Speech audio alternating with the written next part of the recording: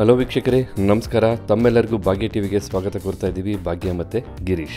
ಇವತ್ತು ಈ ಒಂದು ವಿಡಿಯೋದಲ್ಲಿ ನೀವು ನಿಮ್ಮ ಮನೆಗಳಲ್ಲೇ ಹೋಟ್ಲಲ್ಲಿ ಮಾಡ್ತಕ್ಕಂಥ ಪೂರಿನ ಬಹಳ ಸುಲಭವಾಗಿ ಮಾಡ್ಬೋದು. ಬಹಳ ಗರಿಗರಿಯಾದಂಥ, ಮೃದುವಾದಂಥ, ಹಾಗೆ ರುಚಿಕರವಾದಂಥ, ಸ್ವಾದಿಷ್ಟಭರಿತವಾದಂಥ ಪೂರಿನ ಬಹಳ ಸುಲಭವಾಗಿ ಮಾಡ್ಬೋದು. ನಾವು ಹೇಳ್ಕೊಡ್ತಕ್ಕಂಥ ವಿಧಾನದಲ್ಲಿ ನೀವು ಪೂರಿನ ಮಾಡಿದ್ರೆ ಪೂರಿ ಎಷ್ಟು ಚೆನ್ನಾಗಿ ಉಬ್ಬುತ್ತೆ ಅಂತಂದರೆ ಆ ಪೂರಿ ಉಬ್ಬೋದ್ರಲ್ಲೇ ಗೊತ್ತಾಗ್ಬಿಡುತ್ತೆ ನಿಮಗೆ ಈ ಪೂರಿ ಎಷ್ಟು ಚೆನ್ನಾಗಿರುತ್ತೆ, ಇದರ ರುಚಿ ಎಷ್ಟು ಚೆನ್ನಾಗಿರುತ್ತೆ ಅಂತ. ಹಾಗಿದ್ರೆ ಹೋಟ್ಲ್ ಸ್ಟೈಲ್ನಲ್ಲಿ ಪೂರಿ ಮಾಡೋದಕ್ಕೆ ಬೇಕಾದಂಥ ಪದಾರ್ಥಗಳೇನು, ಹಾಗೆ ಮಾಡ್ತಕ್ಕಂಥ ವಿಧಾನ ಏನು ಅನ್ನೋದನ್ನು ತಿಳಿಯೋದಕ್ಕೂ ಮೊದಲು ನೀವಿನ್ನೂ ನಮ್ಮ ಚಾನಲ್ನ ಸಬ್ಸ್ಕ್ರೈಬ್ ಮಾಡಿಲ್ಲ ಅಂದರೆ ಸಬ್ಸ್ಕ್ರೈಬ್ ಮಾಡ್ಕೊಳ್ಳಿ. ಹಾಗೆ ಪಕ್ಕದಲ್ಲೇ ಬರ್ತಕ್ಕಂಥ ಬೆಲ್ ಐಕನ್ನ ಪ್ರೆಸ್ ಮಾಡ್ಕೊಳ್ಳಿ.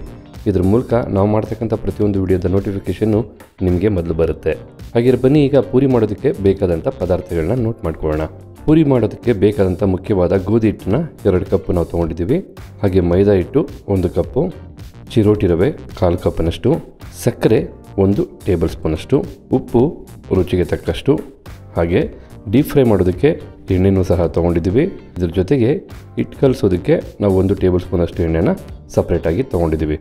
ಇದಿಷ್ಟೇ ನಿಮಗೆ ಹೋಟೆಲ್ ಸ್ಟೈಲ್ನ ಪೂರಿ ಮಾಡೋದಕ್ಕೆ ಬೇಕಾದಂಥ ಪದಾರ್ಥಗಳು. ಹಾಗೆ ಬನ್ನಿ ಈ ಪದಾರ್ಥಗಳನ್ನ ಉಪಯೋಗಿಸಿ ಈಗ ಪೂರಿ ಮಾಡೋದು ಯಾವ ರೀತಿ ಅಂತ ನೋಡ್ಕೊಳ್ಳೋಣ. ಪೂರಿ ಹಿಟ್ಟು ಕಲಿಸೋದಕ್ಕೋಸ್ಕರ ನಾವು ಈ ರೀತಿ ಒಂದು ಬಟ್ಟಲನ್ನು ತೊಗೊಂಡಿದ್ದೀವಿ. ಹೀಗೆ ಬಟ್ಲಿಗೆ ನಾವು ತೊಗೊಂಡಂಥ 2 ಬೌಲು ಗೋಧಿ ಹಿಟ್ಟನ್ನು ಸಹ ಸೇರಿಸ್ಕೊಳ್ಳೋಣ. ಹಾಗೆ ಮೈದಾ ಹಿಟ್ಟು ಜೊತೆಗೆ ಚಿರೋಟಿ ರವೆ, ಸಕ್ಕರೆ, ರುಚಿಗೆ ತಕ್ಕಷ್ಟು ಉಪ್ಪನ್ನು ಸಹ ಸೇರಿಸಿ, ತದನಂತರ ನಾವು ತೊಗೊಂಡಂಥ 1 ಟೇಬಲ್ ಸ್ಪೂನಷ್ಟು ಎಣ್ಣೆಯನ್ನು ಸಹ ಸೇರಿಸೋಣ. ಈಗ ಇದನ್ನೆಲ್ಲ ನೀರನ್ನು ಮಿಶ್ರಣ ಮಾಡೋಕ್ಕೆ ಮೊದಲೇ ಡ್ರೈ ಆಗಿ ನಾವು ಇದನ್ನೆಲ್ಲ ಚೆನ್ನಾಗಿ ಮಿಕ್ಸ್ ಮಾಡ್ಕೋಬೇಕಾಗತ್ತೆ. ಈಗ ಇಲ್ಲಿ ನಾವೆಲ್ಲನೂ ಚೆನ್ನಾಗಿ ಬೆರೆಸಿ ಮಿಕ್ಸ್ ಮಾಡ್ಕೊಳ್ತಾ ಇದ್ದೀವಿ. ಈಗ ಇಲ್ಲಿ ನೋಡಿದ್ರಲ್ಲ, ಎಲ್ಲನೂ ಸಹ ಚೆನ್ನಾಗಿ ಮಿಕ್ಸ್ ಆಗಿದೆ, ಬೆರೆತಿದೆ. ಈಗ ನಾವು ಬೌಲಲ್ಲಿ ಇರ್ತಕ್ಕಂಥ ಪದಾರ್ಥಗಳಿಗೆ ಸ್ವಲ್ಪನೇ ನೀರು ಹಾಕಿ ನೀಟಾಗಿ ಪೂರಿ ಮಾಡೋದಕ್ಕೆ ಬೇಕಾದಂಥ ಹದದವರೆಗೂ ನಾವು ಕಲಿಸ್ಕೋಬೇಕಾಗುತ್ತೆ. ಒಮ್ಮೆಲೆ ನೀರು ಹಾಕಕ್ಕೆ ಹೋಗ್ಬೇಡಿ, ಸ್ವಲ್ಪ ನೀರು ಹಾಕಿ ಕಲಿಸ್ಕೋಬೇಕಾಗುತ್ತೆ. ನಾವು ಸಹ ಸ್ವಲ್ಪನೇ ನೀರು ಹಾಕಿ ಕಲಿಸ್ಕೊಳ್ತಾ ಇದ್ದೀವಿ.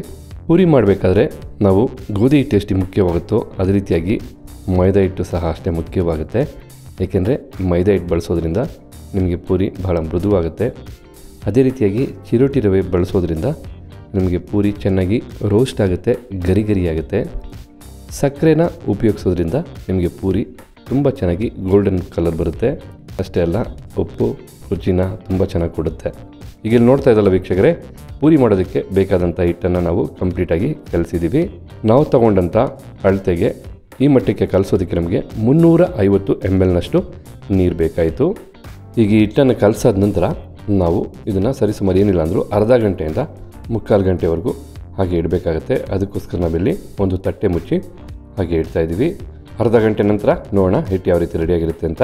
ಈಗ ಇಲ್ಲಿ ನೋಡ್ತಾ ಇದ್ದೀರಾ, ಹಿಟ್ಟನ್ನು ನಾವು ಅರ್ಧದಿಂದ 3/4 ಗಂಟೆವರೆಗೂ ಹಾಗೆ ಇಟ್ಟಿದ್ವಿ. ಪೂರಿ ಮಾಡೋದಕ್ಕೆ ಈಗ ಹಿಟ್ಟು ಬಹಳ ಮೃದುವಾಗಿ ರೆಡಿಯಾಗಿದೆ.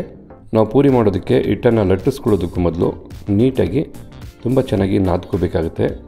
ಈ ರೀತಿ ಮಾಡ್ಕೊಳ್ಳೋದ್ರಿಂದ ನಿಮಗೆ ಪೂರಿಗಳಲ್ಲಿ ತುಂಬ ಚೆನ್ನಾಗಿ ಲೇಯರ್ಸ್ ಬರುತ್ತೆ. ಹಾಗೆ ಪೂರಿ ತುಂಬ ಚೆನ್ನಾಗಿ ಸ್ಮೂತಾಗಿರುತ್ತೆ, ತಿನ್ನೋದಕ್ಕೂ ಸಹ ಟೇಸ್ಟ್ ಚೆನ್ನಾಗಿರುತ್ತೆ. ಈಗ ಪೂರಿ ಮಾಡೋದಕ್ಕೆ ಬೇಕಾದಂಥ ಉಂಡೆಗಳನ್ನ ರೆಡಿ ಮಾಡ್ಕೋಬೇಕಾಗತ್ತೆ. ಅದಕ್ಕೋಸ್ಕರ ನಾವು ಸ್ವಲ್ಪ ಹಿಟ್ಟನ್ನು ತಗೊಂಡು ಈ ರೀತಿಯಾಗಿ ಆಕಾರದಲ್ಲಿ ನಾವು ಮಾಡ್ಕೊಂಡಿದ್ದೀವಿ. ಈಗ ನಮಗೆ ಒಂದು ಪೂರಿಗೆ ಎಷ್ಟು ಬೇಕೋ ಅಷ್ಟು ನಾವು ನೀಟಾಗಿ ಒಂದೇ ಅಳತೆಯಲ್ಲಿ ಎಲ್ಲನೂ ಸಹ ಕತ್ತರಿಸ್ಕೊಳ್ಳೋಣ.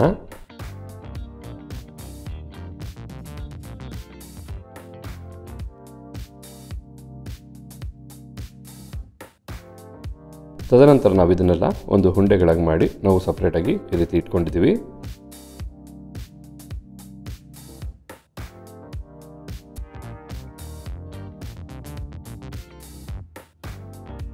ಈಗ ಇಲ್ಲಿ ಪೂರಿ ಮಾಡೋದಕ್ಕೆ ಬೇಕಾದಂಥ ಉಂಡೆಗಳು ರೆಡಿ ಆದ ನಂತರ ಪೂರಿ ಉರುಟೋದಕ್ಕೋಸ್ಕರ ಒಂದು ಮಣೆನ ತೊಗೊಂಡು ಆ ಮಣೆ ಮೇಲೆ ಸ್ವಲ್ಪ ಎಣ್ಣೆನ ಸವರ್ಕೊಳ್ಳೋಣ. ಹಾಗೆ ನಾವು ಮಾಡಿರ್ತಕ್ಕಂಥ ಉಂಡೆನ ತೊಗೊಂಡು ಎಣ್ಣೆಯಲ್ಲಿ ನೀಟಾಗಿ ಅದ್ಕೊಳ್ಳೋಣ. ಎಣ್ಣೆಯಲ್ಲಿ ಅದ್ದಿದ ನಂತರ ಮಣೆ ಮೇಲಿಟ್ಟು ನೀಟಾಗಿ ನಾಜೂಕಾಗಿ ಉರುಟ್ಕೋಬೇಕಾಗುತ್ತೆ. ನೀವು ರೌಂಡ್ ಶೇಪ್ಗೆ ಉರುಟ್ಕೋಬೇಕಾಗುತ್ತೆ. ಬಹಳ ದೊಡ್ಡದಾಗಿ ಇರಬಾರ್ದು, ಬಹಳ ಚಿಕ್ಕದಾಗೂ ಇರಬಾರ್ದು. ನೀವು ಇಲ್ಲಿ ವಿಡಿಯೋದಲ್ಲಿ ಏನು ನೋಡ್ತಾ ಇದ್ದೀರಾ ಆ ಒಂದು ಸೈಜ್ಗೆ ಉರುಟ್ಕೊಂಡ್ರೆ ಸಾಕು. ಆದಷ್ಟು ಶೇಪು ರೌಂಡ್ ಇದ್ದರೆ ತುಂಬ ಒಳ್ಳೆಯದು. ನೋಡ್ತಾ ಇದ್ದೀರಲ್ಲ, ಈ ಒಂದು ಮಟ್ಟಕ್ಕೆ ಅಥವಾ ಈ ಒಂದು ಮಂದದಲ್ಲಿ ನೀವು ಉರುಟ್ಕೊಂಡ್ರೆ ಸಾಕು, ನಿಮಗೆ ಪೂರಿ ತುಂಬ ಚೆನ್ನಾಗಿ ಬರುತ್ತೆ. ಈಗ ಇಲ್ಲಿ ತೊಗೊಂಡಂಥ ಎಲ್ಲ ಉಂಡೆಗಳನ್ನು ನಾವು ಪೂರಿ ಮಾಡೋದಕ್ಕೆ ಬೇಕಾದಂಥ ಆಕಾರಕ್ಕೆ ಉರುಟ್ಕೊಂಡಾಗಿದೆ. ಈಗ ಇದನ್ನೆಲ್ಲ ಎಣ್ಣೆಲಿ ಹಾಕಿ ಚೆನ್ನಾಗಿ ಡೀಪ್ ಫ್ರೈ ಮಾಡ್ಕೊಳ್ಳೋಣ ಅಥವಾ ಎಣ್ಣೆಲಿ ಹಾಕಿ ಬೇಯಿಸ್ಕೊಳ್ಳೋಣ. ಈಗ ಪೂರಿನ ಎಣ್ಣೆಯಲ್ಲಿ ಕರಿಯೋದಕ್ಕೋಸ್ಕರ ನಾವಿಲ್ಲಿ ಸ್ಟವ್ ಮೇಲೆ ಒಂದು ಬಾಣಲೆನ ಇಟ್ಟಿದ್ದೀವಿ. ಬಾಣಲಿಗೆ ನಮಗೆ ಬೇಕಾದಷ್ಟು ಎಣ್ಣೆನ ಹಾಕ್ಕೊಳ್ತಾ ಇದ್ದೀವಿ. ಈಗ ಎಣ್ಣೆ ಸ್ವಲ್ಪ ಕಾಯಬೇಕು. ನೀವು ಬೇಕಿದ್ರೆ ಹೈ ಫ್ಲೇಮಲ್ಲೇ ಎಣ್ಣೆನ ಕಾಯಿಸ್ಕೋಬೋದು. ಈಗ ಎಣ್ಣೆ ಚೆನ್ನಾಗಿ ಕಾದಿದೆ. ಈ ಕಾದಂಥ ಎಣ್ಣೆಗೆ ನಾವು ಉರುಟಿಟ್ಕೊಂಡಿರ್ತಕ್ಕಂಥ ಒಂದೊಂದೇ ಪೂರಿನ ಹಾಕ್ಕೊಂಬರೋಣ. ಎಣ್ಣೆ ಬಿಸಿಯಾಗಿ ಕಾದಿರೋದ್ರಿಂದ ಸ್ವಲ್ಪ ನಿಧಾನಕ್ಕೆ ನೋಡ್ಕೊಂಡು ಹಾಕ್ಕೊಳ್ಳಿ. ನಾವು ಎಣ್ಣೆಗೆ ಪೂರಿ ಹಿಟ್ಟನ್ನು ಹಾಕಿದ ನಂತರ ಒಂದು 5 ಸೆಕೆಂಡ್ ನಂತರ ನಾವು ಈ ರೀತಿ ಪ್ರೆಸ್ ಮಾಡಬೇಕಾಗತ್ತೆ. ಆ ರೀತಿ ಪ್ರೆಸ್ ಮಾಡಿದ್ರೇ ನಿಮಗೆ ಪೂರಿ ಉಬ್ತಕ್ಕಂಥದ್ದು. ನೋಡ್ತಾ ಇದ್ದಲ್ಲ ಎಷ್ಟು ಚೆನ್ನಾಗಿಲ್ಲಿ ಪೂರಿ ಉಬ್ಬಿದೆ ಅಂತ. ಈ ಉಬ್ಬಿದಂಥ ಪೂರಿನ ಮತ್ತೆ ಇನ್ನೊಂದು ಕಡೆ ತಿರುಗಿಸಿ ಬೇಯಿಸ್ಕೋಬೇಕಾಗತ್ತೆ. ನೀವು ಬೇಕಾದ್ರೆ ಪೂರಿ ಮೇಲೆ ಒಂದು ಸೌಟಿನ ಸಹಾಯದಿಂದ ಬೇಕಾದ್ರೆ ಎಣ್ಣೆನ ತೆಗೆದು ಹಾಕ್ತಾಯಿದ್ರೆ ನಿಮಗೆ ಪೂರಿ ಮತ್ತೊಂದು ಕಡೆಯೂ ತುಂಬ ಚೆನ್ನಾಗಿ ಬೇಯುತ್ತೆ ಮತ್ತು ಕಲರು ಸಹ ತುಂಬ ಚೆನ್ನಾಗಿ ಬರುತ್ತೆ. ಈಗ ಇಲ್ಲಿ ನೋಡ್ತಾ ಇದ್ದಲ್ಲ ಪೂರಿ ಎಷ್ಟು ಚೆನ್ನಾಗಿ ಉಬ್ಬಿದೆ, ಎಷ್ಟು ಚೆನ್ನಾಗಿ ಬೆಂದಿದೆ ಅಂತ. ಇದೇ ರೀತಿಯಾಗಿ ನಾವು ಮಿಕ್ಕ ಪೂರಿಗಳನ್ನು ಸಹ ಬೇಯಿಸ್ಕೊಳ್ಳೋಣ. ಎಣ್ಣೆ ತುಂಬ ಕಾದಿದ್ರೆ ಪೂರಿ ತುಂಬ ತೆಳು ಇರೋದ್ರಿಂದ ಭಾಳ ಬೇಗ ಸೀದೋಗುತ್ತೆ. ಆದ ಕಾರಣ ಸ್ವಲ್ಪ ಫ್ಲೇಮ್ನ ನೀವೇ ನೋಡ್ಕೊಂಡು ಅಡ್ಜಸ್ಟ್ ಮಾಡ್ಕೊಳ್ಳಿ. ನೋಡ್ತಾ ಇದ್ರಲ್ಲ ಮತ್ತೆ ಇಲ್ಲಿ ಪೂರಿ ಎಷ್ಟು ಚೆನ್ನಾಗಿ ಉಬ್ತಾ ಇದೆ ಅಂತ. ಖಂಡಿತ ನೀವು ಸಹ ಟ್ರೈ ಮಾಡಿ. ತುಂಬ ಚೆನ್ನಾಗಿ ಟೇಸ್ಟ್ ಇರುತ್ತೆ, ತುಂಬ ಚೆನ್ನಾಗಿ ಪೂರಿ ಬರುತ್ತೆ. ನೀವು ಹಿಂದೆಂದೂ ಮಾಡದೇ ಇರತಕ್ಕಂಥ ರೀತಿಯಲ್ಲಿ ಖಂಡಿತವಾಗಿಯೂ ಪೂರಿನ ಮಾಡ್ಬೋದು. ನೀವು ಮೊದಲನೇ ಬಾರಿಗೆ ಮಾಡಿದಾಗ ನಿಮಗೆ ಈ ರೀತಿಯಾಗಿ ಬರದೇ ಹೋಗ್ಬೋದು. ಆದರೆ ಖಂಡಿತ ನೀವು ಮತ್ತೆ ಪ್ರಯತ್ನ ಪಟ್ಟರೆ ಖಂಡಿತ ನೀವು ಸಹ ಈ ರೀತಿಯಾಗಿ ಪೂರಿ ಮಾಡೋದನ್ನು ಲೈಫ್ ಟೈಮ್ಗೆ ನೀವು ಕಲಿಬೋದು. ಅಷ್ಟು ಸುಲಭ ಇರುತ್ತೆ ಈ ರೀತಿಯಾಗಿ ಪೂರಿ ಮಾಡ್ತಕ್ಕಂಥದ್ದು. ಈಗ ನೋಡೋದಲ್ಲ ವೀಕ್ಷಕರೇ, ನಾವು ಎಲ್ಲ ಪೂರಿಗಳನ್ನು ಇದೇ ರೀತಿ ರೆಡಿ ಮಾಡಿ ಇಟ್ಕೊಂಡಿದ್ದೀವಿ. ಎಲ್ಲ ಪೂರಿನೂ ಸಹ ಚೆನ್ನಾಗಿ ಉಬ್ಬಿ ಗರಿಗರಿಯಾಗಿ ಮೃದುವಾಗಿ ರುಚಿಕರವಾಗಿ ಬಂದಿದೆ. ನೋಡ್ತಾ ಇದ್ರೆ ಗೊತ್ತಾಗುತ್ತೆ ಪೂರಿ ಎಷ್ಟು ಚೆನ್ನಾಗಿದೆ ತಿನ್ನೋದಕ್ಕೆ ಅಂತ.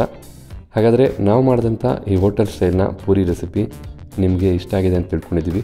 ಇಷ್ಟ ಆಗಿದ್ದರೆ ಈ ವಿಡಿಯೋಗೊಂದು ಲೈಕ್ ಮಾಡಿ, ಜೊತೆಗೆ ನಿಮ್ಮ ಅನಿಸಿಕೆ ಅಭಿಪ್ರಾಯ ಏನು ಅನ್ನೋದನ್ನು ಕಮೆಂಟ್ ಬಾಕ್ಸಲ್ಲಿ ಕಮೆಂಟ್ ಮಾಡಿ. ಅಷ್ಟೇ ಅಲ್ಲ, ಈ ವಿಡಿಯೋನ ಶೇರ್ ಮಾಡೋದನ್ನು ಮರಿಬೇಡಿ. ಮತ್ತಷ್ಟು ಹೊಸ ವಿಡಿಯೋಗಳ ಜೊತೆ ಸದಾಕಾಲ ನಿಮ್ಮ ಮುಂದೆ ಇರುತ್ತೆ ಭಾಗ್ಯ ಟಿವಿ ಅಂತ ಹೇಳ್ತಾ ನಿಮಗೆಲ್ಲರಿಗೂ ಧನ್ಯವಾದನ ಅರ್ಪಿಸ್ತಾ ಇದ್ದೀವಿ. ಭಾಗ್ಯ ಮತ್ತು ಗಿರೀಶ್.